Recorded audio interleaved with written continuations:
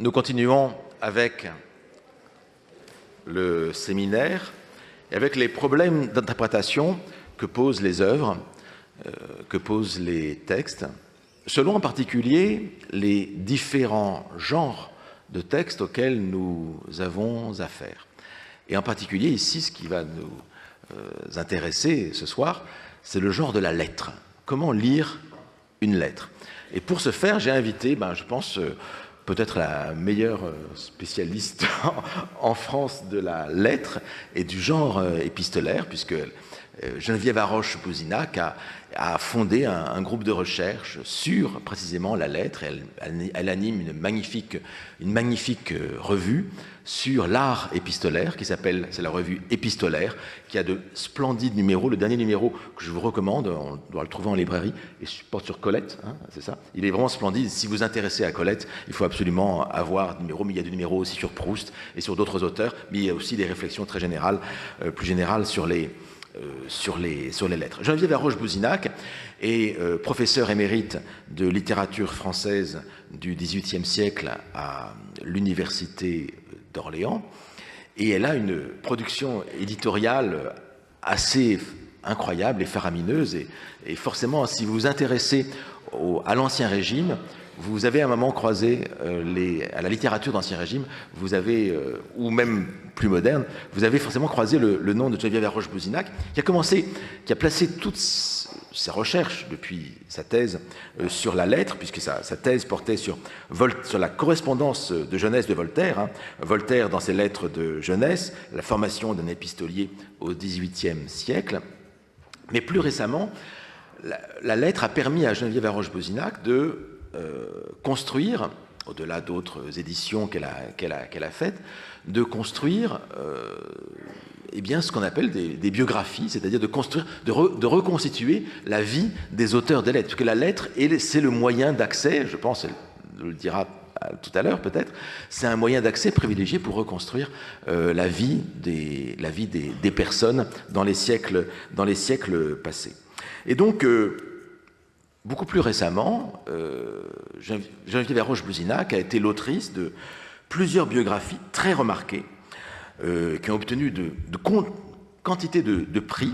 La première biographie, si je ne me trompe, c'était celle de Louise-Élisabeth Vigée-Lebrun, la peintre favorite de Marie-Antoinette, qui a reçu le prix Chateaubriand en 2011 et le Mellor Book Prize aussi aux États-Unis. Puis il y a eu une biographie d'Henriette Campan, la suivante et pédagogue, celle qui est devenue ensuite une grande pédagogue, suivante de Marie-Antoinette, La vie mouvementée d'Henriette Campan, parue chez Flammarion en 2017, a suivi, en changeant de siècle, une biographie de Louise de Villemorin, romancière bien connue. Louise de Villemorin, Une vie de bohème, parue là aussi chez Flammarion en 2019.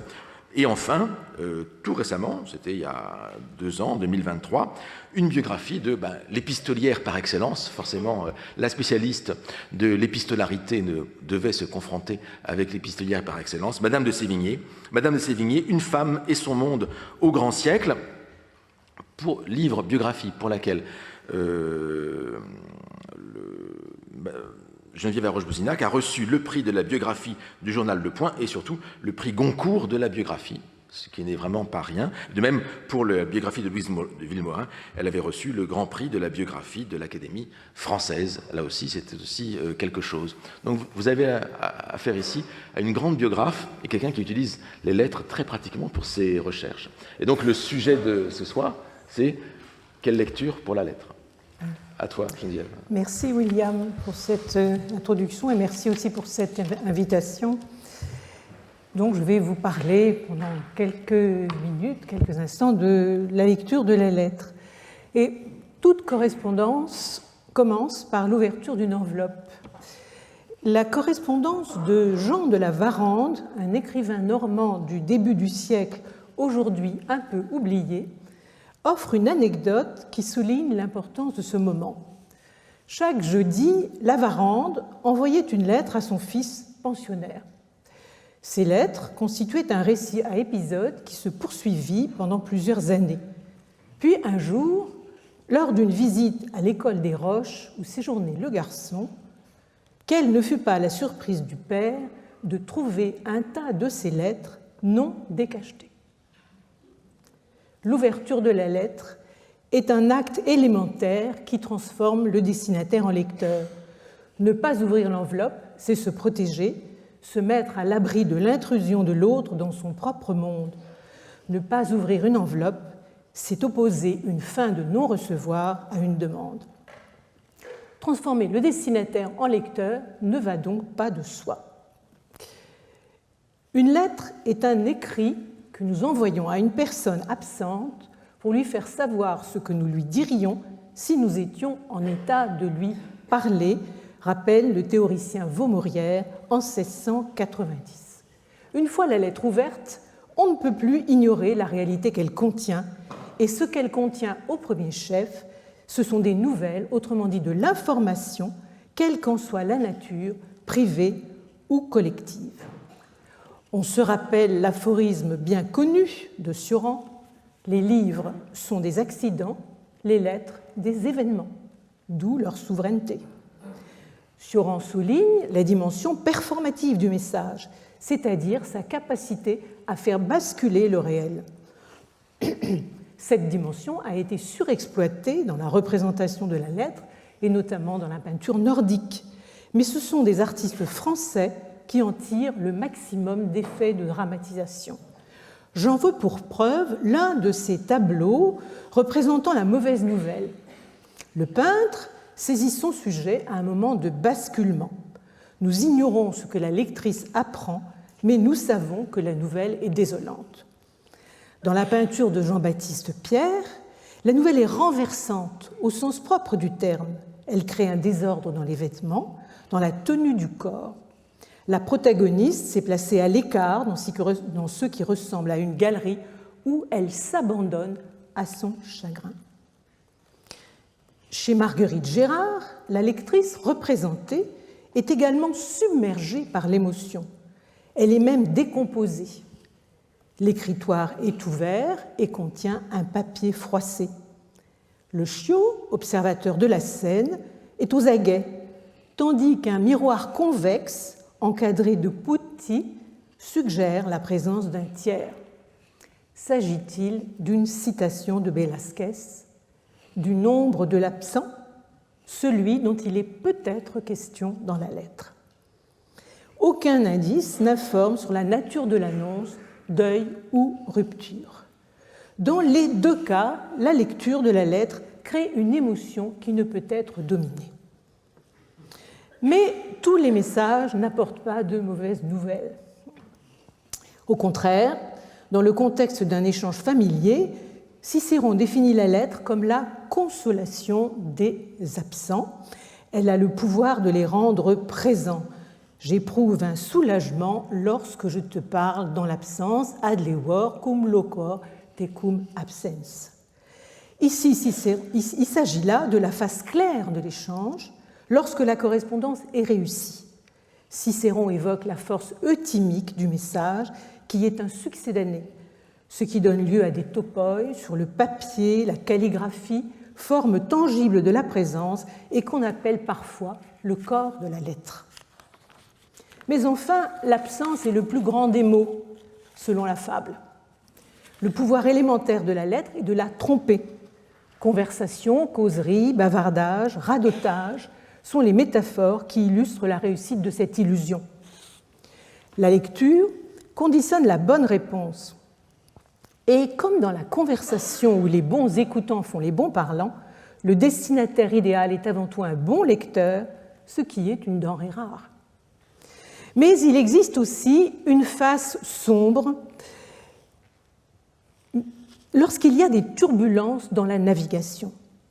André Gide le déplore lorsqu'il reçoit, dans une lettre adressée à Paul Valéry en septembre 1891, lorsqu'il reçoit une lettre de Pierre Louis.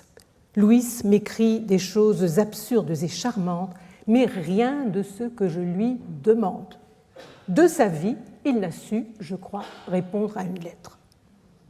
La question de la qualité du lecteur est en jeu ici. Sans écoute, sans réponse article par article, unité minimale de l'information, l'échange se transforme en soliloque, ce qui est le pire des défauts épistolaires après le silence et qui fait plonger la lettre dans la solitude. Sont en difficulté les épistoliers qui ne font pas semblant d'y croire, qui ne font pas jouer cette illusion de présence. Et Franz Kafka se laisse déborder par ce qu'il appelle les fantômes, dans une citation bien connue, au terme d'une relation tourmentée faite de rendez-vous ajournés. Dans les derniers messages de sa correspondance à Milena Jesenska, il conclut « Les lettres ne sont que tourments, elles ne proviennent que d'un tourment incurable. Elles sont dislocation des âmes plutôt que discours consolants. » Et il s'interroge « Comment a pu naître l'idée que les lettres donneraient aux hommes le moyen de communiquer ?» Le malentendu est dans le fruit, dans le contrat même qui régit l'échange, rien ne pourrait donc triompher de l'absence. Entre ces deux pôles, la clarté et l'ombre, toutes les configurations de lecture sont possibles. À partir de l'observation de quelques modulations de l'échange, des plus simples aux plus compliquées, je tenterai de voir comment la lecture met en jeu la frontière entre le public et le privé. Je conserve présent à l'esprit que cette frontière est variable selon les époques.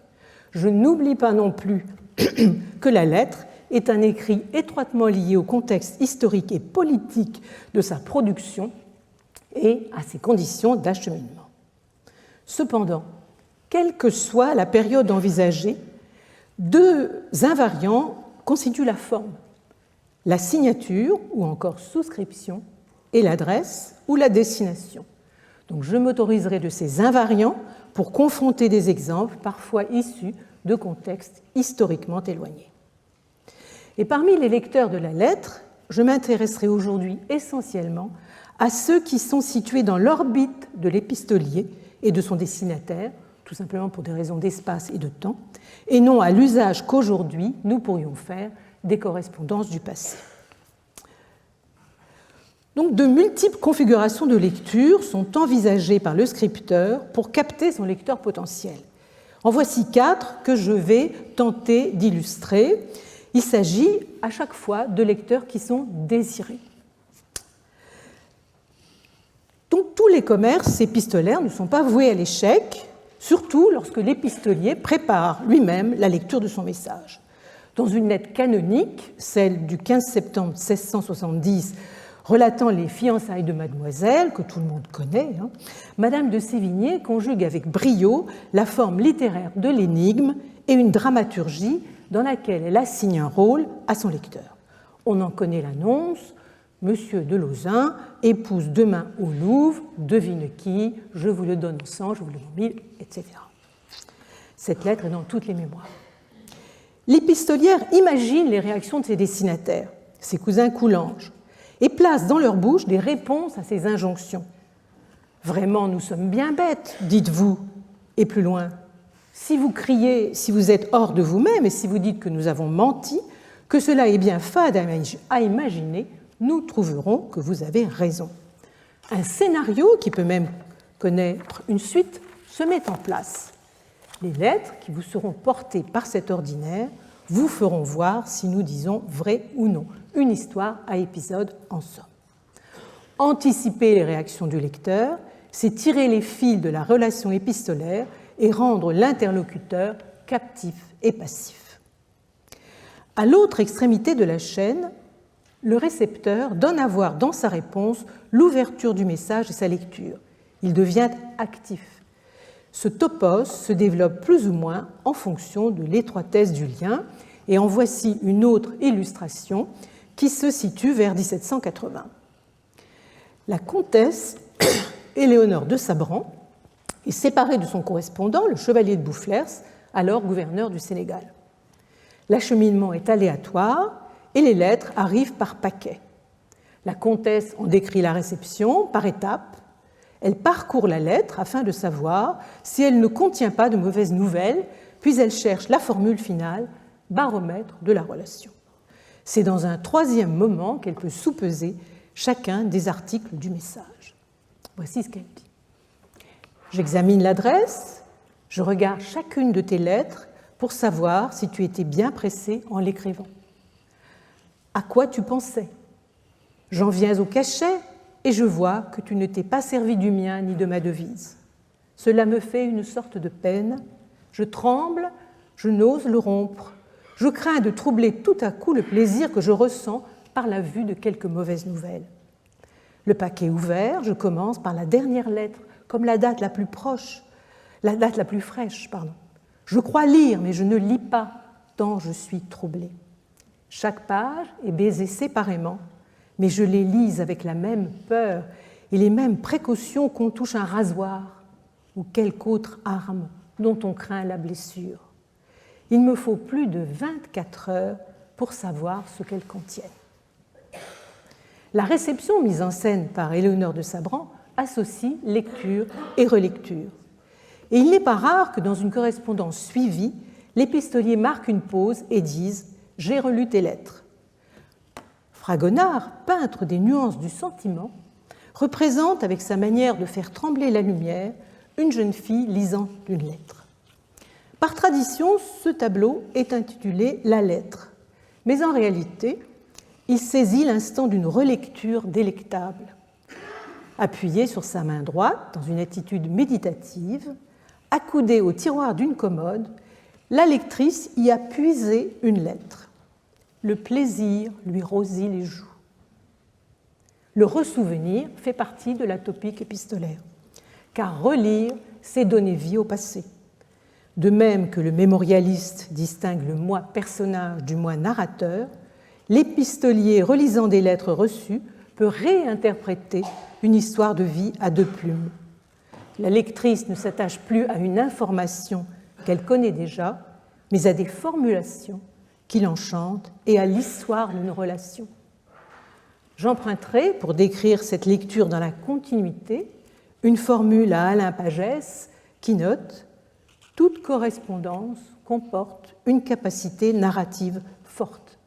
Et c'est de cette narration que le relecteur ou la relectrice s'enchante. Je voudrais évoquer maintenant ici un cas particulier de relecture dont je ne connais que deux exemples.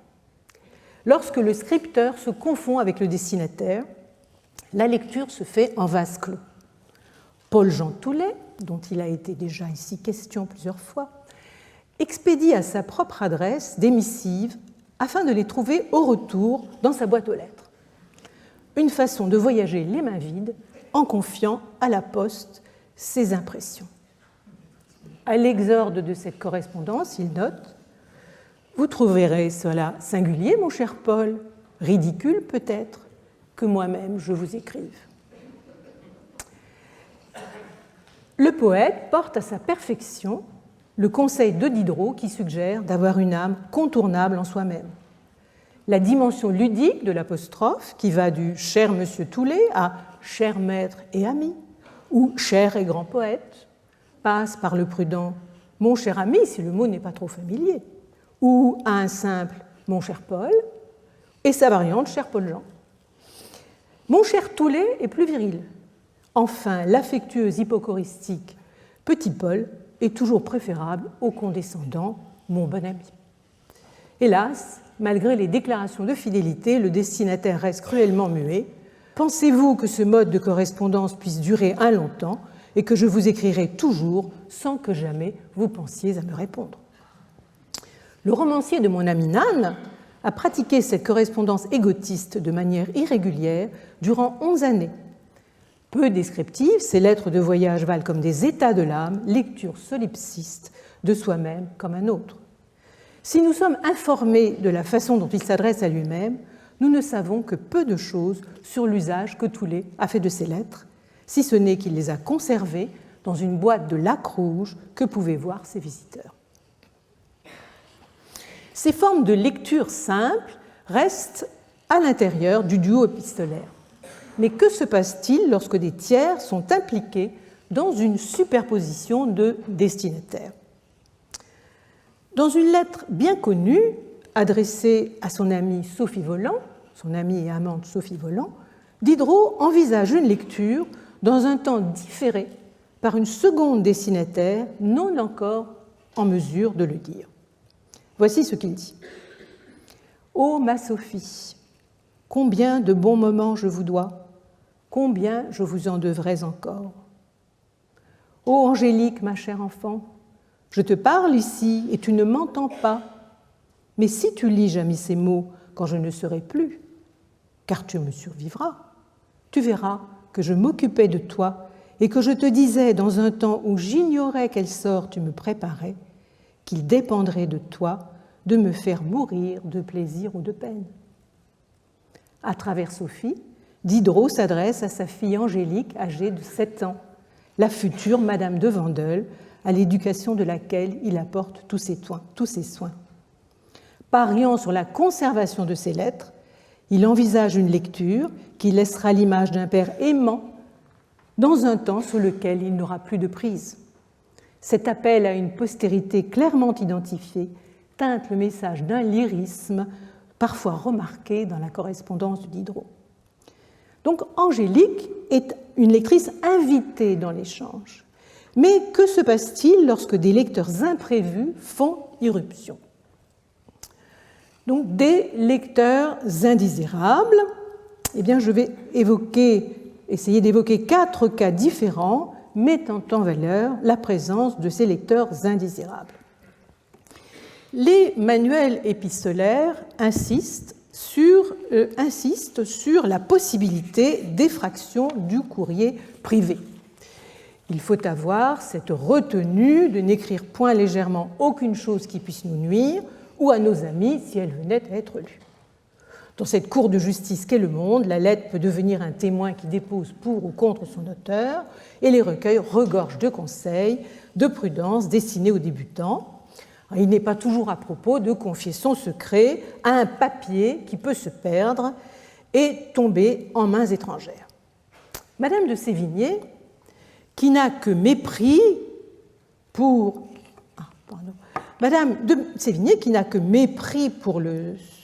le style, ce qu'elle appelle le style à 5 sols de ses anthologies vendues sur le Pont-Neuf, prend conscience du risque encouru à s'entretenir innocemment avec un homme dont la réputation est celle d'un séducteur, le surintendant des finances Nicolas Fouquet.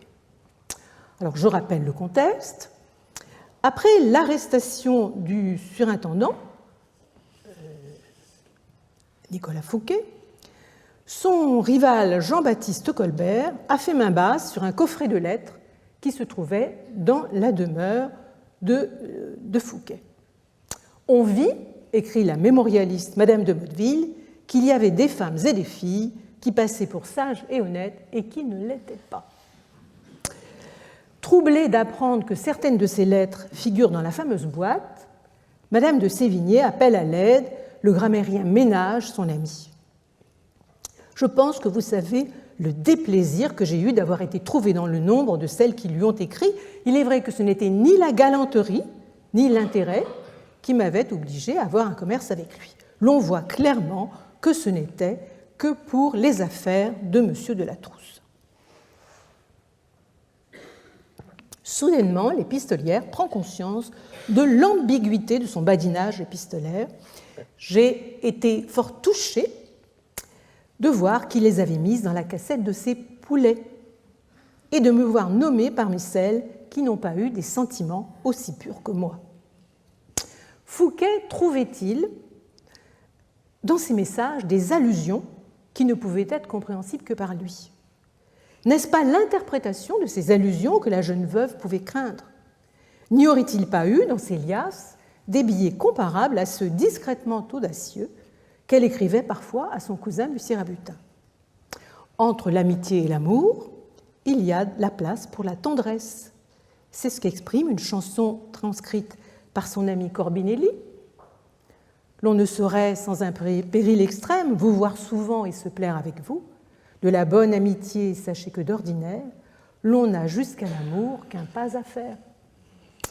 Quoi qu'il en soit, le ton de ces lettres pleines d'esprit a plu au surintendant, et il a fallu que ces pauvres lettres, pleines du mariage de M. de la Trousse, se trouvassent placées si mystérieusement. C'est le classement des lettres qui pose problème. Dans les jours qui suivent, Chapelain réconforte l'imprudente et il lui apprend que le roi et Anne d'Autriche se sont fait apporter la cassette. Et ils ont affirmé qu'aucune des lettres de la marquise n'est sujette à interprétation. Le ministre Le Tellier confirme que les conclusions du monarque sont catégoriques. Les lettres de la marquise sont celles d'une amie qui avait bien de l'esprit et qu'elle avait bien plus réjoui le roi que les douceurs fades des autres lettres, mais que le surintendant avait mal à propos mêlé l'amitié avec l'amour. Donc il est plaisant de constater que la première explication de texte de quelques billets de Madame de Sévigné a eu lieu dans la famille royale. Un effet de faux jour, une divulgation imprévue et une réputation bascule. Lorsque le malentendu se glisse entre les protagonistes, c'est presque toujours la compréhension de la frontière entre le public et le privé qui est en jeu, quelles que soient les limites de ces deux sphères. En voici un autre cas d'espèce qui nous ramène à Cicéron. Cicéron a confié à Antoine une opinion. Cette opinion concernait le consentement de Cicéron au rappel d'un banni, Sextus Claudius. Bon. Or, ce dernier, Antoine, a fait état de cette confidence dans un discours public. Cicéron reproche alors à Antoine d'avoir donné lecture d'une lettre nommément adressée et sans autorisation. Il fait de cette trahison la pierre de touche d'une diatribe dans la seconde philippique. De plus, il a lu publiquement une lettre qu'il prétendait que je lui avais adressée, étranger qu'il est, au savoir-vivre et aux règles de la vie sociale. Car a-t-on jamais vu un homme tant soit peu initié aux usages des honnêtes gens prendre prétexte d'un mécontentement pour rendre public et lire devant tous une lettre reçue d'un ami? N'est-ce pas supprimer de la vie l'esprit de société, supprimer toute conversation entre amis séparés? Colloquia amicorum absentium, c'est exactement la définition de la lettre. Que de plaisanteries qui sont de mise dans la correspondance paraîtraient déplacées, inepta, si on les rendait publiques. Donc même lorsque le passage incriminé ne porte pas explicitement le signe du tibi soli, à toi seul, Cicéron étend à toute lettre familière l'interdiction de sa divulgation hors du couple épistolier-destinataire. Donner lecture d'un passage écrit dans un cadre amical équivaut à une violation du pacte de confiance implicite. Mais la trahison ne vient pas toujours du destinataire. Que faire lorsque des censeurs menacent l'échange? La notion d'inviolabilité des correspondances est une notion juridiquement tardive et souvent remise en cause. Dans toutes les situations extrêmes, cette sécurité n'est pas garantie et un lecteur indésirable peut s'immiscer dans l'échange. Sous l'Ancien Régime, les fonctionnaires de la douane des lettres sont actifs. Et durant la période de la Terreur, les correspondances des suspects sont surveillées. Le poète Antoine Roucher, emprisonné à Saint-Lazare en 1794, est inculpé de modérantisme. Il entretient avec sa fille Eulalie et son entourage une correspondance. Les lettres transitent tantôt dans des objets à double fond, par exemple des marmites, dans lesquelles on met la nourriture à double fond, tantôt par la voie officielle. Rouchet sait que ces lettres sont visées par le concierge qui en transmet certaines au comité de sûreté générale. L'épistolier anticipe donc sur 4 possibilités de lecture. Celle de sa destinataire explicite, Eulalie, celle de destinataire implicite, les censeurs, et enfin 2 autres lectures dans un temps différé, celle de son jeune fils Émile et celle de la postérité. À travers des sujets anodins, botanique, lecture, le prisonnier donne à sa fille des conseils dans un message qui devient un miroir moral, c'est-à-dire un modèle de vie. Toujours en attendant, regarde-toi passer, c'est le plus sûr moyen de réformer son allure dans ses défauts, lui dit-il. Puis, dans une stratégie défensive qui fait un détour par la généralisation, il s'adresse au juge. il est dur de se voir emprisonné comme suspect et même anti-civique quand on a appelé de tous ses voeux et servi de toutes ses facultés la régénération de son pays par la liberté. Ce disciple de Rousseau fait un rêve éveillé de transparence. Si les juges pouvaient lire dans les cœurs, s'il lui était possible de se dévoiler en intention. Ils ne sauront jamais ce qui vont nous juger, tout ce qu'il y a eu de sincérité, de désir, de pureté d'intention pour l'établissement de la liberté dans le cœur de celui qu'on a calomnié du titre odieux d'homme incivique. Donc cette apologie inscrit la lettre dans une dimension testamentaire. Laisser une image de soi dont la postérité n'aurait pas à rougir. Enfin, après avoir trouvé l'apaisement dans la douceur des larmes, qui le régénère, le prisonnier charge Eulalie du message essentiel qu'il souhaite transmettre à son fils Émile, celui de la possibilité du bonheur. Il faut qu'il voie que les méchants n'ont pas le pouvoir de rendre malheureux l'homme de bien et que nous dépendons de nous-mêmes bien plus que d'autrui. Plutôt que d'adresser directement un factum au tribunal, Roucher se sert de la lettre à court terme comme d'une courroie de transmission entre lui-même et les censeurs, et à plus long terme comme d'un testament d'honneur patriotique. Alors quel sera le destin de ces lettres ? Elles seront mises en ordre par ses soins, placées dans une enveloppe avec le titre « Consolation de ma captivité » et confiées à un compagnon de prison. 3 années seulement après son exécution, c'est-à-dire en 1797, un recueil de sa correspondance portant ce même titre, « Consolation de ma captivité », sera publié par les soins de sa famille. Il n'est pas indifférent de rappeler que Roucher a été le premier à publier les 4 lettres à M. de Malesherbes, noyau des Confessions, de ce Rousseau qu'il admire, et qu'il est ainsi familier de la transition qui peut s'opérer entre lettres et œuvres littéraires. Donc, avant de clore cet itinéraire, j'aimerais revenir à mon point de départ, la présence ou l'absence de l'enveloppe. La présence ou l'absence de l'enveloppe, ce rempart de papier qui protège des indiscrets. La lettre qui circule sans enveloppe, la carte postale, fait face à 2 contraintes. D'une part, elle dispose de peu d'espace. Le message réduit à l'essentiel limite l'anecdotique. D'autre part, à divers stades de son acheminement, elle peut être lue par des regards extérieurs. Le texte repose donc sur la connivence et l'implicite. Grâce à la carte postale, nous passons du malentendu au sous-entendu. Pour ces raisons, ce rectangle de carton a intéressé, entre autres lecteurs, Jacques Derrida, qui y voyait l'essence même du secret. Quelque chose qui circule à découvert, mais qui est défendu par l'allusion, ce référent extérieur non accessible aux tiers. Elles sont, écrit-il, absolument indéchiffrables. Ce que j'aime dans la carte postale, c'est que même sous enveloppe, c'est fait pour circuler comme une lettre ouverte, mais illisible. Avec la carte postale, l'épistolier sait que le tiers est là, facteur, concierge, commis indésirable.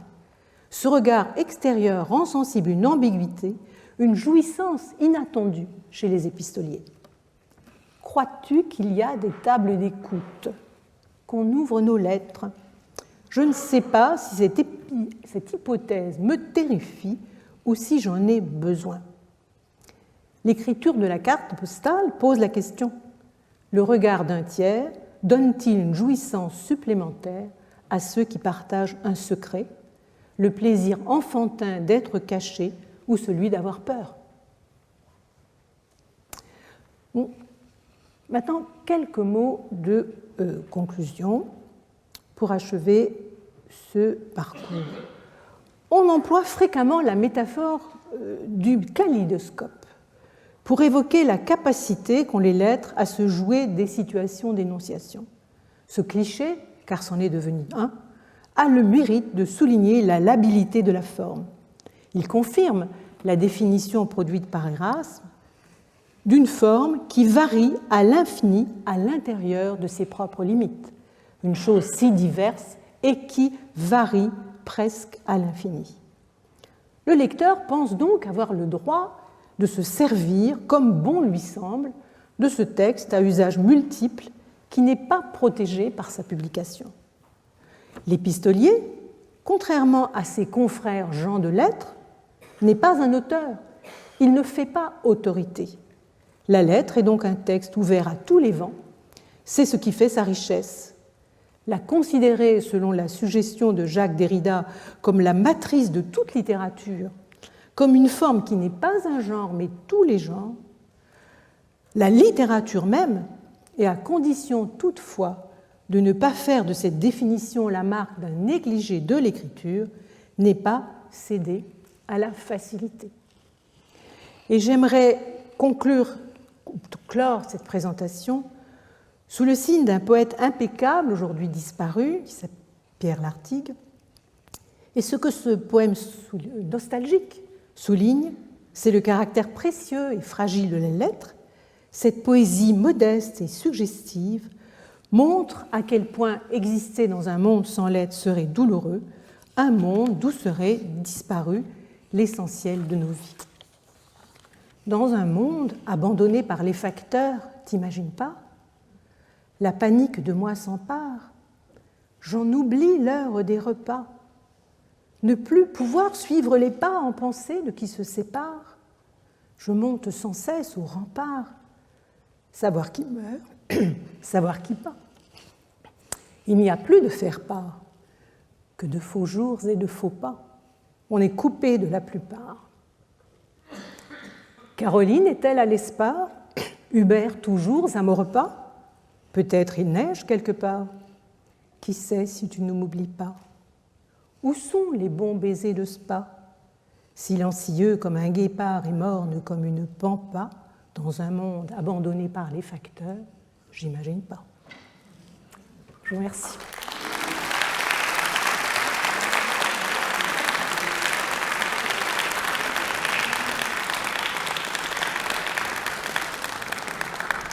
Merci Geneviève Arroche-Buzinac pour cette présentation très fine, très informée, évidemment, par toute ton expérience de savante, d'érudite de la lettre, des problèmes de lecture que pose la lettre, de la façon dont elle-même désigne elle-même les destinataires, désigne même leurs destinataires, imagine à qui ils vont s'adresser, prévoit un lecteur. Ce que ne fait pas, c'est la différence. C'est un peu, peut-être qu'on peut revenir là-dessus par rapport à ce que disait Derrida. À certains égards, la lettre, c'est très différent de la littérature dans un roman, dans un texte public, puisque ce que disait Sioran est très fort. Hein, oui. La littérature, c'est de l'accident, la lettre, c'est un événement. C'est-à-dire qu'elle a vraiment une action précise, à un moment précis, alors que le texte, le roman, le poème, sauf circonstances particulières, est jeté un peu comme une bouteille à la mer. On ne sait pas qui va l'ouvrir. Et ça pose effectivement un certain type de problème que tu as très bien résumé. Et donc il y a un peu une tension entre ce que dit Sioran d'un côté et ce que dit Derrida de l'autre. Oui. Oui, dans un certain sens. C'est-à-dire que ce que dit Derrida est un peu difficile à il y a à la fois chez lui un plaisir finalement de se cacher, de se dissimuler, et dans ce que dit Sioran, c'est que finalement la lettre transforme le réel, fait de nous des individus parfaitement différents, et donc je crois que Sioran se place sur un autre plan que le plan du littéraire. Oui, tout à fait. Et en plus, je pense que Derrida pense beaucoup à ce texte fameux qui a inspiré Lacan, La lettre volée. Oui, absolument. Garpeau. Oui, que tu as un peu évoqué tout à l'heure. Que j'ai évoqué une fois précédente. Ce qui est important, c'est ce qui est en évidence, mais qu'on ne voit pas. Voilà, exactement. Donc c'est ça c'est un peu ce type de raisonnement qu'il essaie d'avoir. Alors, Je voudrais aussi avoir ton regard en tant qu'historienne, parce que tu es biographe, tu es historienne, donc en faisant des biographies. Et toi, quand tu découvres une lettre, quelles questions poses-tu à la lettre? Parce que tu n'es pas la destinataire prévue de la lettre. Et donc, quelles sont les réserves, les protocoles de lecture que doit avoir l'historien, la biographe, lorsqu'il est confronté à une lettre? Comment la lettre est-elle utilisable dans une biographie? Est-ce qu'il faut prendre au pied de la lettre, si je puis dire, ce qui est dit, ou est-ce que tout doit être remis en contexte et donc ne pas croire? La lettre fait-elle foi? Voilà. C'est-à-dire que là, je pense qu'on peut invoquer quelqu'un comme Jean Saromansky, qui parlait toujours de l'intuition. Je crois que c'est le lecteur de lettres, dans le cadre de l'histoire, fait appel à ses intuitions, et ces intuitions passent par une grande érudition. Je crois qu'on ne peut pas tellement en faire l'économie, donc comparer avec d'autres formes comme les mémoires ou des journaux intimes ou encore des livres de contes. Voilà, donc on va croiser les sources. C'est comme ça qu'on peut utiliser les lettres, mais puiser dans des lettres des informations sans les croiser, ça paraît très difficile. À vrai dire, j'ai honte de dire, mais j'ai aucune méthode par rapport à ça. Mais c'est essentiellement, je crois, une intuition qui se forge avec la connaissance du sujet, une innutrition. Et je pense que chaque correspondance invente sa méthode de lecture. Je crois qu'on ne peut pas du tout créer une sorte de vadémécum, comment lire les correspondances, si ce n'est connaître un certain nombre d'allusions. Par exemple, je pense à une anecdote à propos justement de la correspondance du chevalier de Boufflers. À un moment donné, le chevalier de Boufflers dit il est rentré à temps pour mettre le fromage sur les spaghettis. Alors dans une des notes de l'édition, le commentateur dit, alors explique ce que sont les spaghettis. Sans aller plus loin. Et puis, si on connaît la correspondance des frères Véry, par exemple, on sait que rentrer pour mettre le fromage sur les spaghettis, ça signifie qu'un mari rentre alors que son épouse est déjà enceinte. Voilà. Donc effectivement, voilà. Alors, donc, ça passe par ce genre Donc, il faut avoir lu beaucoup de correspondances, je crois, pour comprendre ce genre d'allusion. Voilà. Ça m'ouvre des horizons. Mais alors, je découvre qu'il y avait déjà des spaghettis. On parlait de spaghettis au XVIIIe siècle en France. Oui. Mais avec des macaronis, je crois. Des macaronis, oui, c'est ça. Peut-être. Ah, oui. C'est bon. C'est très étonnant comme image. Oui. Ça m'enlève toute voix. Est-ce que on pourrait rappeler peut-être le droit des correspondances, de consultation des correspondances? Alors, parce que tu as pratiqué, quand il s'agit de correspondances anciennes, tu trouves ces correspondances soit en bibliothèque, dans des archives privées, soit des archives privées. Oui. Donc, la publication, elle se fait à ce moment-là, quand c'est... Voilà, un peu expliquer les me pose une colle. En ce qui concerne les correspondances contemporaines, il faut qu'il y ait un certain nombre d'années après le décès des protagonistes qui sont impliqués. Alors, en ce qui concerne les correspondances des époques anciennes, ce qu'il faut savoir, c'est que une lettre appartient à son destinataire. Il y a une nouvelle de Maupassant qui montre ça très bien, très, très amusante. Donc, une lettre appartient à son destinataire. C'est-à-dire que l'objet lui appartient. Mais en revanche, pour ce qui est du texte, il y a des ayants droit. Donc, il faut distinguer le corps de la lettre, l'objet lettre, de la possibilité de publier. Donc, à ce moment-là, ce sont les descendants, les ayants droit, qui peuvent ou non accepter la divulgation, la divulgation, ce qui est une chose, et la publication, ce qui en est qu'une autre. Oui. Alors ça vaut pour des textes effectivement relativement récents. J'imagine que la question de demander l'autorisation des ayants droit pour une lettre du XVIIIe siècle, si elle se pose encore? Non, je ne crois pas, non. Parce que, voilà, c'est une question que je pose. Pour des lettres plus récentes, dans ma pratique, la chose est encore plus enfin un peu légèrement plus complexe que ce que tu dis, parce que je pense que tu as eu affaire à ça quand pour Louise de Villemorin, à savoir que certaines bibliothèques extrêmement protocolaires et très soucieuses de rassurer les gens qui déposent les lettres ou les fonds chez elles, demandent, pour donner l'autorisation à un lecteur de consulter la lettre, 2 autorisations. Une des ayants droit de l'auteur de la lettre et une des ayants droit du destinataire de la lettre. Donc il faut les 2 autorisations pour pouvoir accéder à la lettre, et a fortiori pour pouvoir la publier. Donc à ce moment-là... Oui, moi ça m'est arrivé pour Louise de Villemorin, effectivement, d'avoir à demander des autorisations. Mais bon, dans la mesure où je publiais simplement une phrase ou 2, je n'avais pas besoin de demander d'autorisation de publication. Mais l'autorisation de consultation, oui, bien évidemment. Voilà. Non, c'est le droit de citation, effectivement, qui est toujours mesuré au cas par cas dans les tribunaux quand il y a un problème. Mais ça donne à la lettre un statut très particulier, parce que effectivement, elle appartient à 2 personnes. Et le destinataire est lui aussi propriétaire du contenu de la lettre, pas seulement de l'objet, effectivement, qui lui appartient, enfin, ou ses héritiers lui appartiennent, mais même du contenu moral, textuel de la lettre. Et ça, c'est assez... le droit fluctue énormément sur ces questions, et notamment, il y a la question qui a le plus intéressé les juristes, c'est celle de l'utilisation du contenu de la lettre dans le cadre d'une procédure.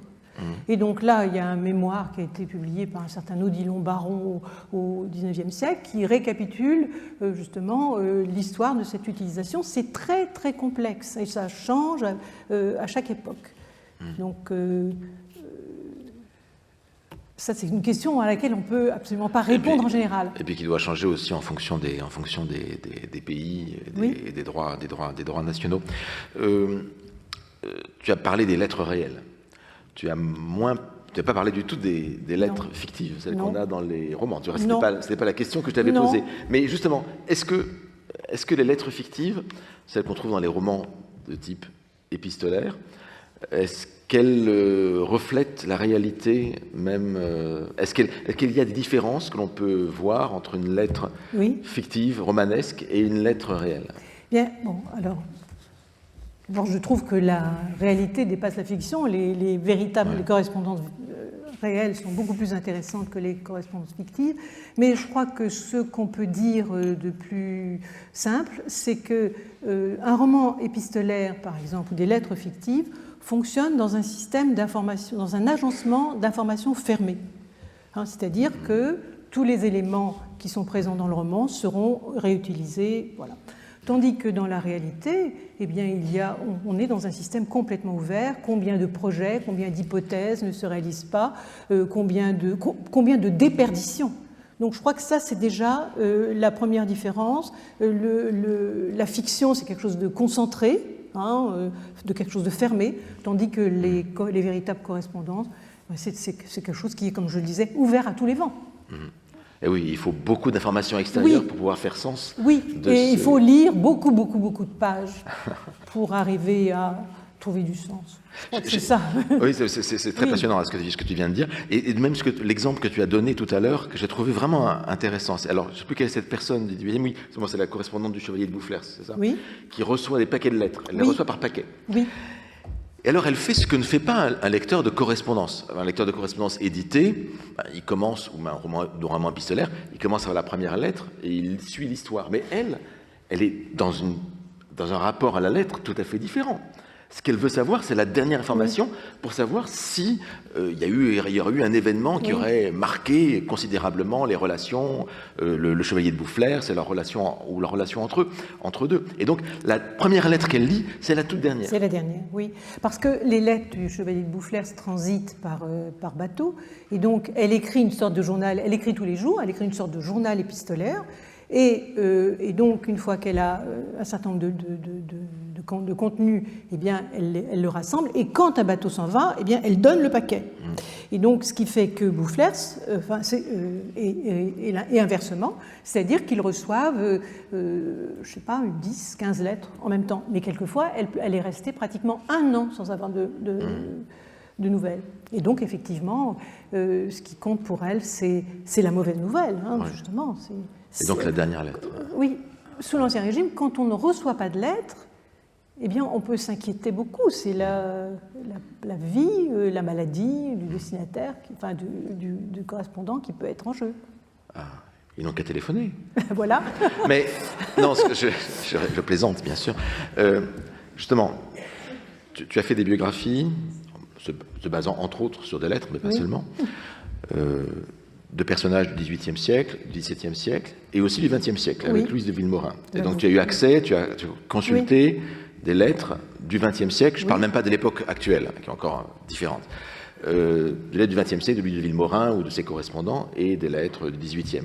Est-ce que tu constates déjà au XXe siècle, avec Louise de Villemorin, un autre usage de la lettre ?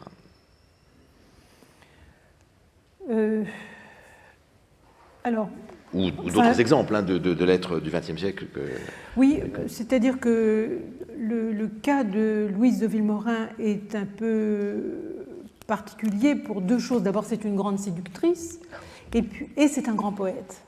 Donc, elle potentialise absolument toutes les qualités poétiques de la lettre. Elle est graphomane, hein, elle utilise la lettre, même quelquefois dans sa correspondance avec Jean Hugo.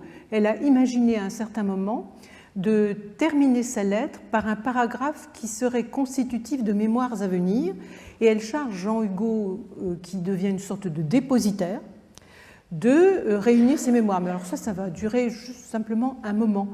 Alors,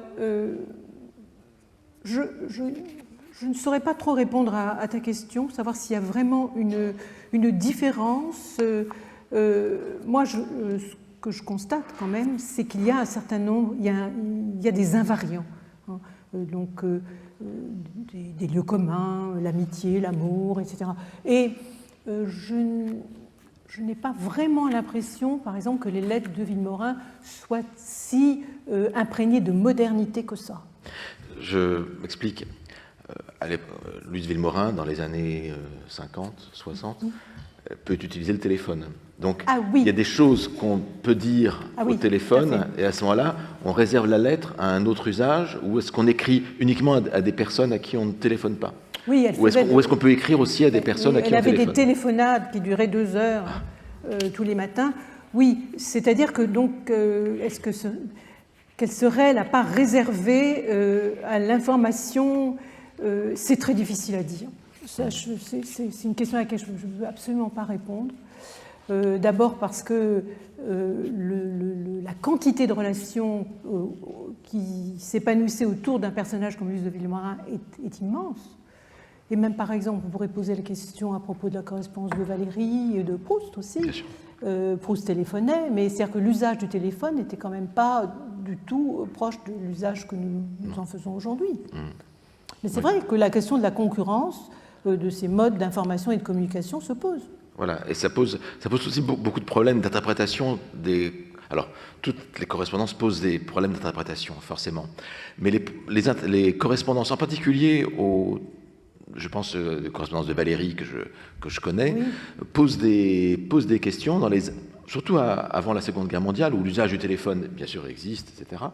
Mais en fait, on comprend que les échanges entre les destinataires ne reposent pas nécessairement de manière complète dans la correspondance, parce que les destinataires, par ailleurs, peuvent se rencontrer, échanger, se rencontrer à Paris ou ailleurs, ou bien se téléphoner. Et donc, en fait, la correspondance, même si on a toutes les lettres, la correspondance, en fait, reflète de manière incomplète l'ensemble des échanges entre ces Oui, tout à fait, mais je pense qu'on pourrait dire exactement la même chose de la correspondance de Madame de Sévigné, qui voyait Madame de Lafayette tous les jours, ou pour prendre le café, par exemple. Donc, elle se disait des choses qu'elle ne s'écrivait pas. Donc, ce rapport entre l'oralité en présence ou à distance et la lettre, je pense qu'il a toujours existé. Et finalement, nous, pauvres lecteurs de ces lettres du passé, nous sommes là avec des fragments du puzzle.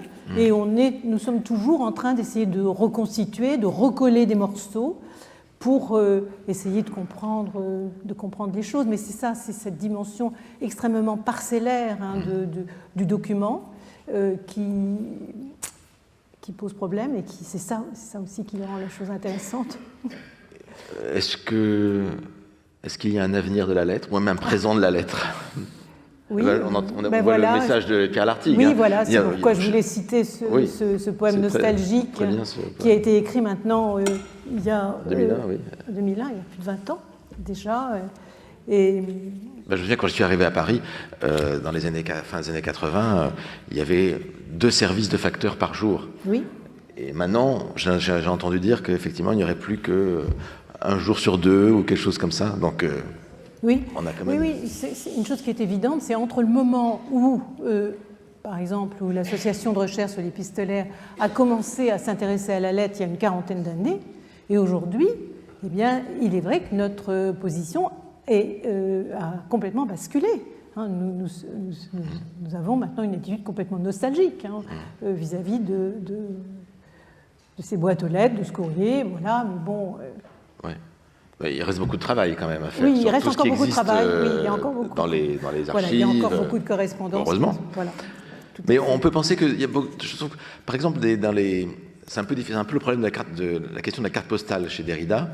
Je pense que des publications qu'on a sur les réseaux sociaux, sur Facebook, peuvent jouer le rôle parfois de carte postale dans les commentaires qui sont donnés sur des vidéos, et peuvent paraître comme des messages privés à l'intérieur même de lieux d'exposition publique. Donc il y a des phénomènes qui peuvent être parfois un petit peu comparables. Oui, il y a des questions qui se posent effectivement comparables, c'est-à-dire que donc dans le message dont je ne suis absolument pas spécialiste, mais ce qui me frappe quand même, c'est la différence principale entre les correspondances d'autrefois et le courrier électronique, c'est l'instantanéité de l'acheminement, alors que les épistoliers étaient obligés de compter avec cette distance, comme Madame de Sévigné disait à sa fille, quand vous recevrez ma lettre, ce sera rentré de pique noire, c'est-à-dire que vous ne penserez plus au pont d'Avignon quand vous la recevrez. Eh bien, cette question de l'instantanéité et aussi de la publicité, de la possibilité que le message soit lu par des tiers, eh bien, ce sont les principales différences, je crois. Et cette question du temps, elle est fondamentale dans la lettre, on va terminer là-dessus, mais c'est vrai que quand on lit les lettres en latin de Cicéron, par exemple, en fait, on voit que le destinateur, le scripteur, prévoit déjà, se met en fait en général au niveau du temps latin utilisé, se met au temps de la lecture de la lettre. Donc il écrit sa lettre au passé. Il écrit scribebam et non pas scribo. J'écrivais, et ce qu'on doit traduire en fait en français par je suis en train d'écrire. Et donc c'est qu'il se décrit dans la lettre au passé, alors qu'en fait nous en français, on est moderne, on dirait la lettre au présent. Donc on avait déjà intégré cette dimension temporelle à l'intérieur même de la rédaction de la lettre, ce que je trouve assez fascinant. Merci infiniment, chère Geneviève Haroche, pour tous ces échanges.